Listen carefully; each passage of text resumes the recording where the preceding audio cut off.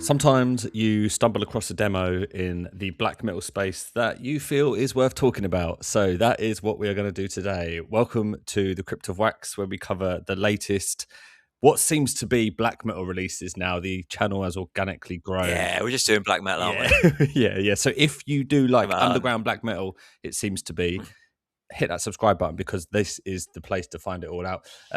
Today we're talking Grieving Mirror, Golden Age Restored. This is the second demo from Vitovius, I believe. It's out on Neuroplastic. The first demo was also out on Neuroplastic. I believe there's tapes available for this as well. But yeah, this is like... They're a new label, aren't they? Uh, They seem new. I was looking at their thing. They've only released a couple of things. oh, really? They're out of New York, right? I think they do like underground Yeah, metal and even like techno I saw on there or something. yeah. I think they're. Oh, well, on Metallum anyway. It seemed to say that they'd only done a few releases. Maybe it's because Metallum aren't including other stuff they've done in other genres potentially. Interesting. Could be it. But yeah, Could be it. yeah. So out on there. This is a US black metal project. Quick overview. Solo, yeah. Vitovius. It's like raw black metal with like triumphant. There's like a triumphant edge to it, but it still holds true to that sort of like second wave Norwegian like icy atmosphere, doesn't it? hmm Yeah, but it's definitely got that that sort of triumphant melodicness sort of flowing throughout. His kind of we don't know if it's a he, but whoever's vibe Yeah. this is a you could tell. I feel like you can tell there's a theme that they want to run through this. I mean, judging by the thumbnail title, we're assuming it's some sort of regal. Dare we? Are you going back as far as medieval, Mike? Well, I think I mean one thing you put underneath the release on this was it's like something like ugly music for a lost golden age or something like that. So it's obviously historical anyway. Mm-hmm. What the theme is of the band. I think it kind of I think with that sort of triumphant vibe and that he kind of nails it quite well. It all fits in nicely with the art and the song titles and things like that.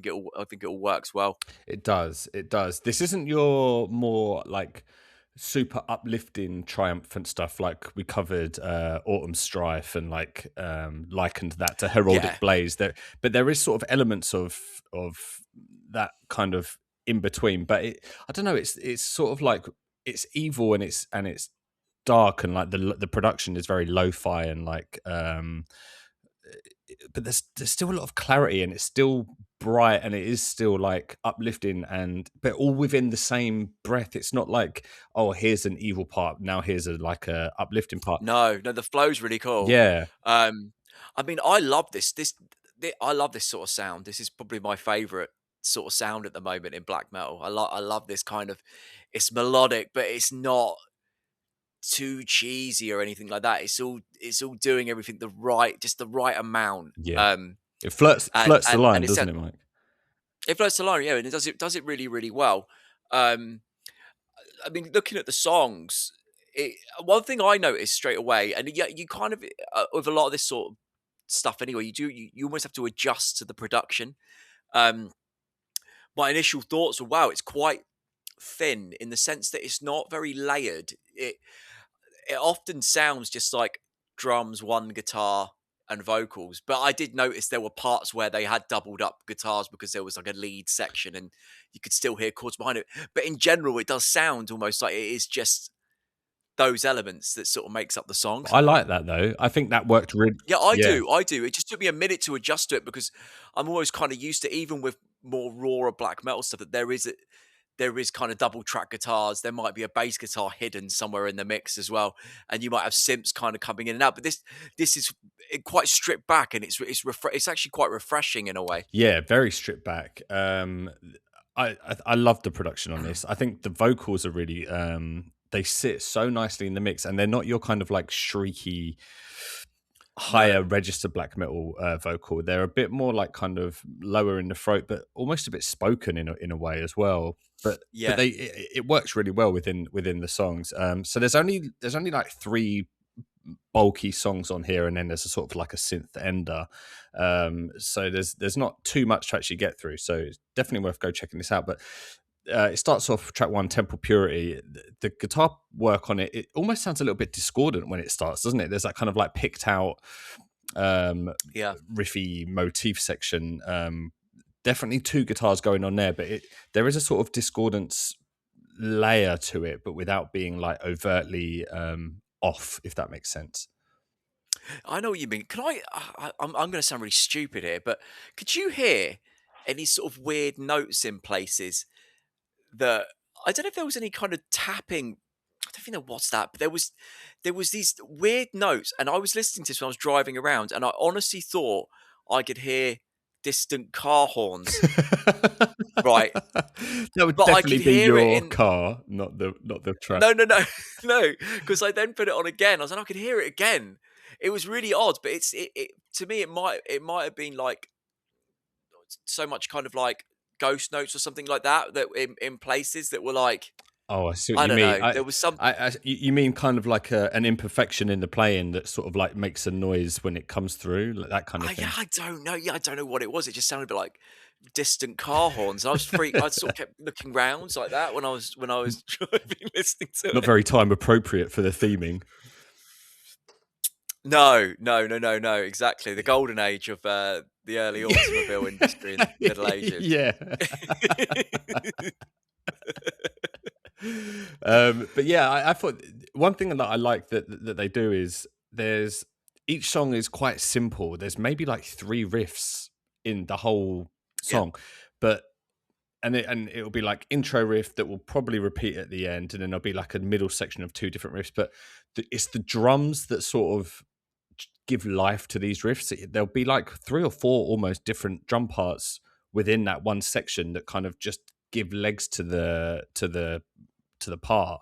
But what I enjoyed about that was that each song really it felt unique, but it still felt within this yeah. world that he's sort of created.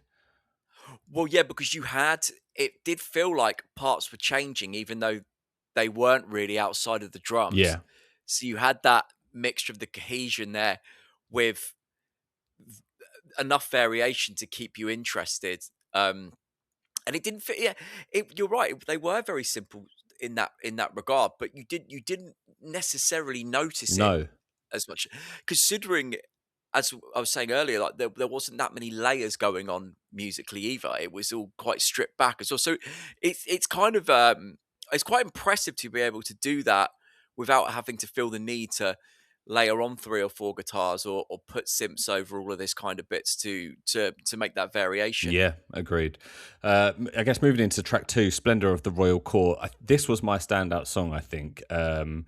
There was really cool like tempo changes. Again, like kind of what we spoke about, the drums doing the heavy lifting of like giving Yeah, life to the stuff. But there were really cool lead lines in this song. One around yeah, 1 minute 20, there was a really good one, and then around 3 minutes 20, there was another one. It was like really icy and like old school black metal. But again, it had that like uplifting moment to it. mm, But it was the drums that.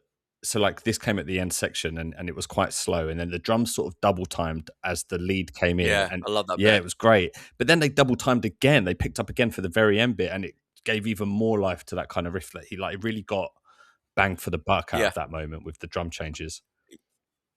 yeah. That was great. It was one of my highlights as well. In fact, actually, I think it was, and then I changed my mind on track three and thought that might be my highlight instead. But though I thought those two were very close to one another in what I like the most on this. I thought you'd like track three the most. So track three, the Palatial Lightning Scepter. It felt like the more ferocious track on the album.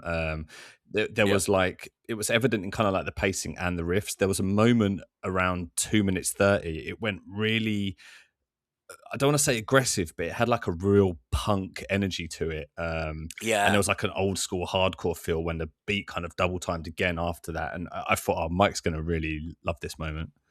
I did like that bit. That bit kind of stood out because you didn't really do much more riffing like No, that. yeah.